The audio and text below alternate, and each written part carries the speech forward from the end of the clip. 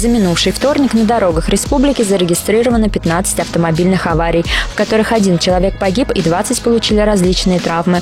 За сутки сотрудниками ГИБДД выявлено 66 нетрезвых водителей. Вечером 23 декабря в Белорецком районе Башкирии на 222-м километре трассы Уфа-Инзер-Белорецк 38-летний местный житель за рулем «Волги» сбил мужчину. Как сообщил сотрудник УГИБДД Башкирии, по предварительным данным, пешеход перебегал дорогу в неположенном месте. 56-летний мужчина от полученных травм скончался на месте ДТП.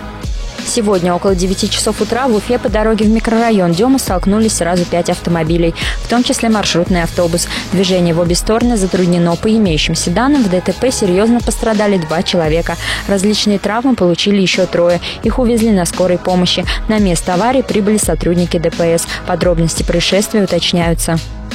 В Демском районе Уфы накануне напротив дома 1/1 по улице Центральной произошла авария с участием 4 машин.